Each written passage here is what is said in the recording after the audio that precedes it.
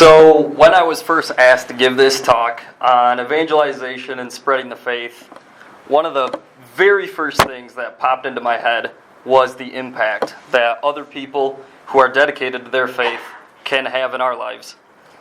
It's fascinating to me the way God works through certain people and how He puts those people around us to help strengthen our own relationship with Him. When I was younger, I had a very long way to go on my own personal faith journey, but it improved immensely thanks to a handful of people who epitomized everything that the Catholic faith is about. I think it's important to share the influence they had because it's a great example of the potential impact that we can have for others when we help spread the Catholic faith. When I was younger, my faith was not a big part of my life at all. I went to Mass every weekend, but that was about it. I had no interest in maintaining any kind of relationship with God. I was pretty much doing the absolute bare minimum as a Catholic, and this was the case throughout all of high school and much of college. It sometimes takes a person hitting rock bottom to realize that they do need to make changes, and this was the case for me as well. I was not a good person at all in high school and throughout my teenage years. The only things I really cared about were drinking and having a good time. I didn't care about others. I only cared about myself. And I certainly didn't care about God or what it took to be a good Catholic. I had several moments in those years that I look back on now and can honestly say that it was me hitting rock bottom. Finding out I had kept my mom up crying several nights in a row because of stupid decisions I made was certainly one of them. Winding up in jail right before high school graduation was another. A priest telling me once after confession that I was on a slippery slope to hell was pretty eye-opening as well. It took me getting out of Westphalia for college to realize just how non-existent God is in so many people's lives. I met tons of people in college who were atheists and who viewed organized religion as basically nothing more than a joke. I realized that I didn't want to be like the people who didn't have God in their lives, and prior to that, that's the exact path that my life had been going down. So many of the non-religious people I met in college were so unhappy and had this void in their lives, and it's because they didn't know who Jesus was. After college, I worked in Ann Arbor for 4 years covering University of Michigan football and basketball. And this was when my faith finally started to grow. The main reason for that was because there were two people I really looked up to who oftentimes talked about how important their faith was to them. A coworker I had named Chris Ballas and former Michigan basketball coach John Beeline. A name that I'm sure the MSU fans here just love hearing. I actually got to know Beeline a little bit, and he's a devout Catholic. But after his first 3 years at Michigan, there were a lot of rumors that he was going to be fired. He admitted it put a ton of stress on his wife and his family, but it was their dedication to their faith that helped them stay strong and eventually get through it. My former coworker, Chris Ballas, also taught me a lot about faith and the power of prayer and the impact it can have. He told me just an amazing personal story about prayer once. He's 52 years old now and had one sister when he was growing up, and they were a year apart in age. When she was 13, she was killed in an ATV accident, and obviously it changed his family's life forever. That was 1981. Fast forward 16 years later to 1997, and he was working for an advertising company. Absolutely hated it. He wasn't happy at all with where his life was at, or where his career was at, but that all changed when a company from Ann Arbor called, and they were looking to place an ad for an open sports writer position they had. This was basically Chris's dream job calling, and because he found out about the opening before anybody else did, it gave him a leg up on the competition, and they wound up hiring him. So he called his mom up to tell her the great news, and right away she burst out crying. Chris was like, Mom, what's wrong? This is great news. And then she says, Last night, I was at your sister's grave, and I prayed that you would find a job doing something that you love to do. That story has always hit home with me. It exemplifies the power of prayer and the importance of putting trust in God and knowing that things will work out for the best. Padre Pio has a quote that I absolutely love, and it simply says, "Pray, hope, and don't worry." God oftentimes puts people in our lives who epitomize everything the Catholic faith is about, and those people are there for us to try and emulate. My grandpa fit that description when he was still alive and was really a role model for me. He died 2.5 years ago when he was 95, and I found out during his final few months just how strong his dedication was to Mary in particular. I've had 2 dreams about Mary that are just etched in my mind, one of which was very comforting and the other not so much. The first one occurred when I was in high school, and in the dream there was a statue of Mary, and the statue started crying tears of blood. At the time, I certainly didn't know what it meant, if anything, and to this day I still don't, but my gut tells me that Mary was very sad with the path my life was going down. The second dream occurred in the summer of 2019, a day or 2 before my grandpa died. In the dream, I asked him if he was afraid to die, and without even hesitating, he laughed, and he said no. And then he said, "Me and Mary've got that part worked out."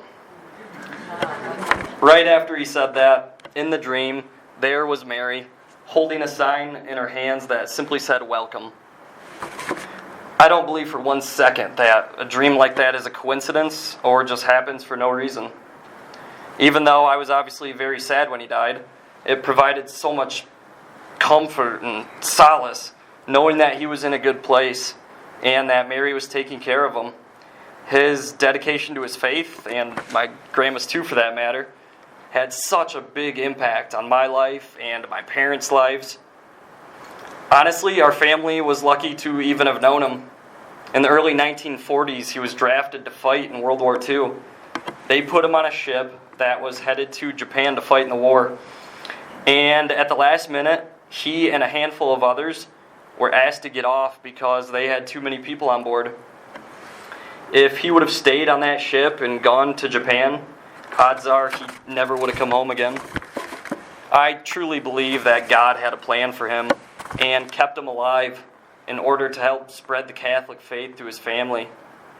It was right around the time he died when I really began strengthening my relationship with God and realizing how important it is to live out your Catholic faith on a daily basis, not only for your own sake, but to spread it to others as well. In the fall of 2020, I sent a text to just an outstanding Westphalia citizen named Bryce Thalen, asking him if he'd be interested in starting a Catholic podcast with me. He told me he wanted to pray about it and that he would eventually get back to me and let me know. Things kind of got busy for me at work and the idea got pushed aside for several months, and we both kind of forgot about it. 8 months passed without us talking about it at all. It was on a snowy day in late April of 2021 when I decided to ask him about it again. I was driving on the highway, and like 20 minutes before I was going to text him, I see my phone light up from the passenger seat. I glanced at it, saw it was from Bryce, and sure enough, he says, "Hey, remember that podcast idea we talked about last fall? I'm all in if you still want to do it." I couldn't have been happier because we both had this urge to spread the Catholic faith and Christ's teachings to as many people as we possibly could. Our biggest uncertainty, though, was whether or not people would listen. I remember asking someone beforehand if they thought it would get many views, and they laughed and said no. I asked why not, and they said, "Because you've got a face for radio and a voice for the silent film industry." I took it as a compliment. I said thank you. Bryce and I both said from the get-go that even if the podcast impacts 1 or 2 people's lives, it will have been worth it. We recorded our first episode last summer, figured it would get 1, maybe 200 views at most. It wound up getting over 700. There's so much more to being a great Catholic than just going to Mass every week and making sure you follow God's commandments. It also means doing your part to evangelize and spread the faith as well as you possibly can. It's our duty, our responsibility as Catholics to do this, and we should embrace it with open arms. In fact, we're told to spread Christ's teachings each and every week at Mass.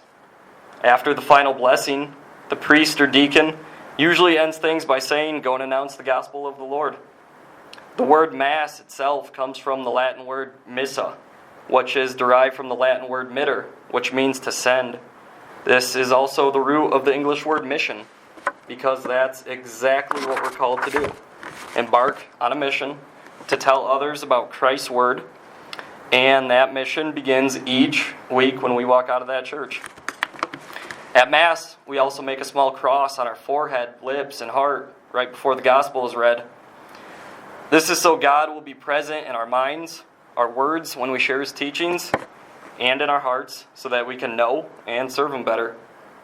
Spreading the faith isn't just done verbally either, but also by doing the right things and acting as a role model for those around you. When I was growing up, my parents had this calendar full of things an angel would say, quotes for all 365 days. There was one that said, if you can't be a Christian everywhere, then you can't be a Christian anywhere. That quote always resonated with me, because you might find yourself in places or around people where talking about the faith is the last thing that you want to do. But those are the times when perhaps it's most important to do so. We're incredibly blessed to live where we do, not just in Westphalia, but in America. We have the right to both practice and spread our Catholic faith freely, which is something billions of people around the world don't have. You can be killed or thrown in jail for simply practicing your faith, much less trying to spread it in communist countries like China, for example. The coworker I talked about earlier, Chris Ballas, had a chance to go to Normandy, France with the Michigan football team in 2018, and they stood on Omaha Beach, which was the site of the D-Day invasion during World War II, a huge turning point in the war. They also went to the memorial there and said the tour guides and locals did a great job of explaining how terrifyingly close the war was to having a different outcome had the Normandy invasions not been a success. He said it really put in perspective just how fortunate we are to have the current religious and political freedoms that we do have. On that same note, we're also blessed to have been raised in Westphalia and the surrounding areas. A priest named Father Chris Alar visited Westphalia in mid-November and summed up perfectly how strong the faith is in our town. This is a small portion of what he said during his homily on November 14th. He said, "I've never come across a place where the whole town is centered on their faith and where such a high percentage of the people living there are practicing Catholics. When I told EWTN about Westphalia, Michigan, and how almost everyone here practices their faith and is Catholic, and how the public school prays and unites together and goes to adoration, they told me there's not a place like that. I said, you'll see, there is. You might not think a little tiny area like Pewamo, Westphalia can help change the world, but when this segment on this town airs on EWTN, we're hoping to do that." Father Chris Alar's words are absolutely spot on there. So many of us have had the Catholic faith ingrained in us since birth, and that's a testament to our parents and how they raised us. I'm going to steal a phrase that country singer Jason Aldean uses in one of his songs when he says he had an all-American mom and dad. I feel that way personally as well, because of the morals and beliefs I was taught, and I'm sure many of the people here feel the exact same way about their parents. Because of this faith-filled upbringing so many of us had, we're more fortunate than most. Billions of people have never been taught Christ's teachings. This understanding that we have of the faith is a gift.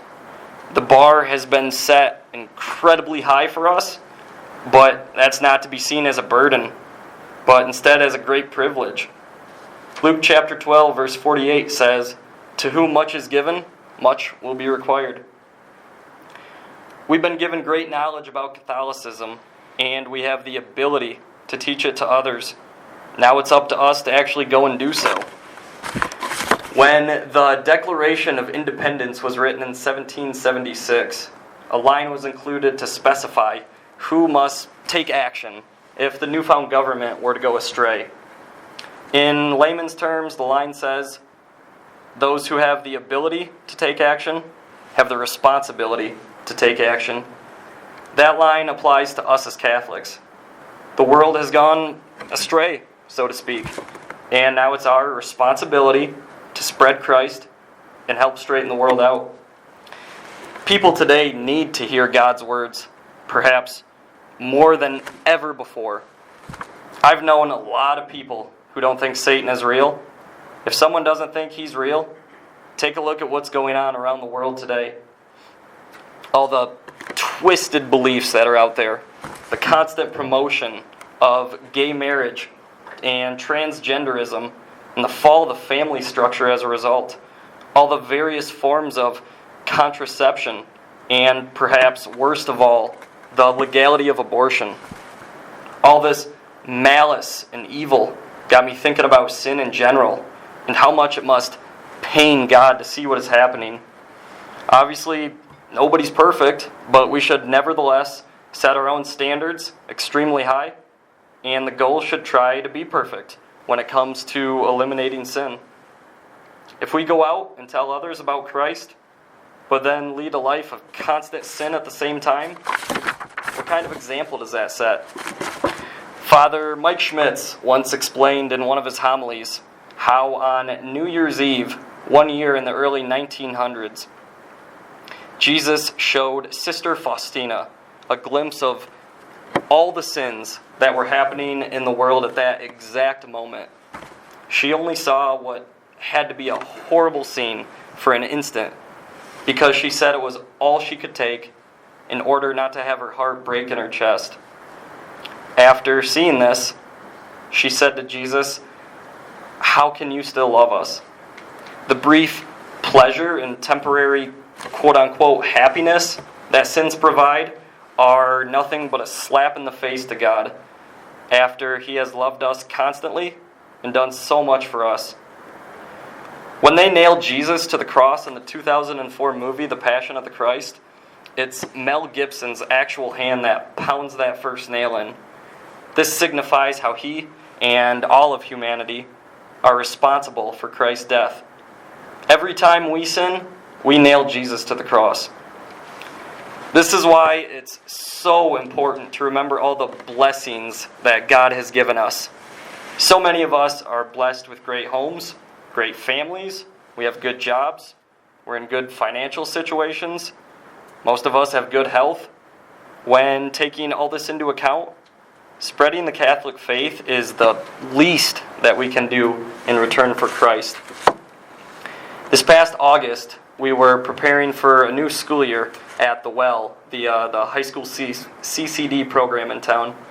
And Jordan Spitzley asked all the adult teachers to write down how they would best describe themselves. A lot of people wrote down what they did for a living, or their age, or their marital status. Jordan said the number one thing that everybody should have put down is the fact that they're Catholic. With our faith being the focal point of our lives, why wouldn't we want to tell others about it?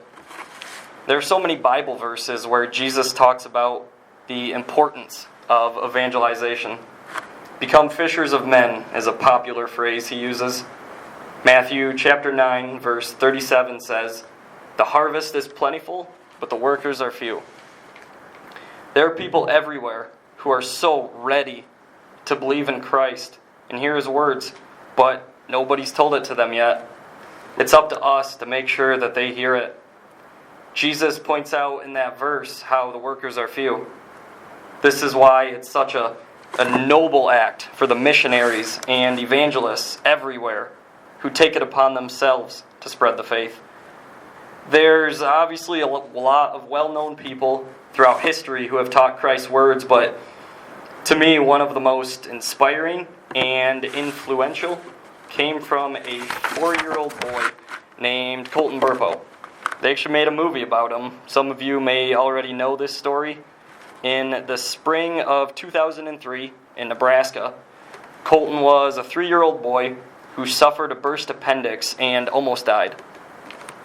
During his near-death experience, he went to heaven, and over the next year or two, proceeded to tell his family everything he experienced while he was up there. The movie is called Heaven is for Real, and Colton's father, Todd Burpo, also wrote a book about it. I actually flew down to Texas for a weekend this past fall and brought the book with me. I figured I'd read maybe half of it on the plane flight. I wound up reading almost the whole thing. I couldn't put it down. I have it here with me if anyone wants to borrow it. It's a great book. I'd highly, highly recommend it. As a child, Colton would tell others about meeting Jesus in heaven and what we must do to someday get there.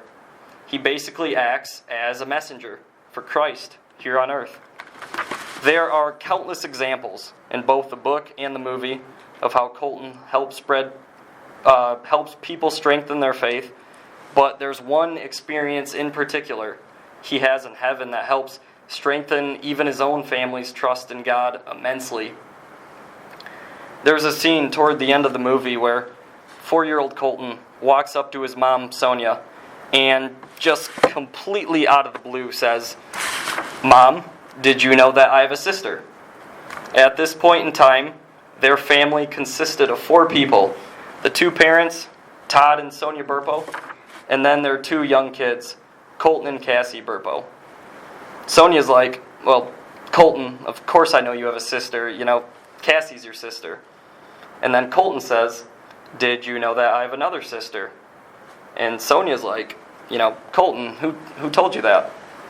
And Colton says, "She did. I met her in heaven. She told me that she died in your tummy." Sonia starts crying and hugs Colton and says that she had a miscarriage a few years ago and that they didn't even know the baby had been a girl. In the book, Sonia explains that she felt immense guilt when the baby died, but knowing that it was now safe in heaven with Jesus brought her so much solace and comfort. A few years later, during an interview, Colton said, "Before I die, I want to share as much as I can about the faith so I can bring as many people with me as possible to heaven." This is the exact same mindset that we should all have. Our goal should be to help others someday get to heaven, and that starts with telling them about Christ and how much He loves them. Think of the incredible impact that you can have on someone's life by helping convert them to Catholicism. You're potentially playing a part in saving their soul if they wind up going to heaven, thanks in large part to you having told them about the faith. Even if someone makes it clear that they don't want to hear about Jesus, offer to at least pray for them. No one will ever reject you if you offer your prayers, and it's the best thing that you can do for someone else. Those are the kinds of people that we should perhaps be praying for most of all. There's an old saying that says, "Actions speak louder than words," and this fits the bill if you're not much of a talker. Lead by example and always do the right things. Others around you will take notice, especially younger people, and will likely see you as a role model or as someone to emulate. There's so much joy and satisfaction that you get when sharing Christ with others. And imagine how pleased Jesus must be when we do this. Take that extra step and go out of your way to tell someone about Christ, or reach out to someone you know needs prayer, or act as a role model for someone who needs Jesus in their life. You'll never regret doing any of these things. And more importantly, they'll all be done in Christ's name and for His greater glory. Thank you, everyone, for listening, and God bless each and every one of you.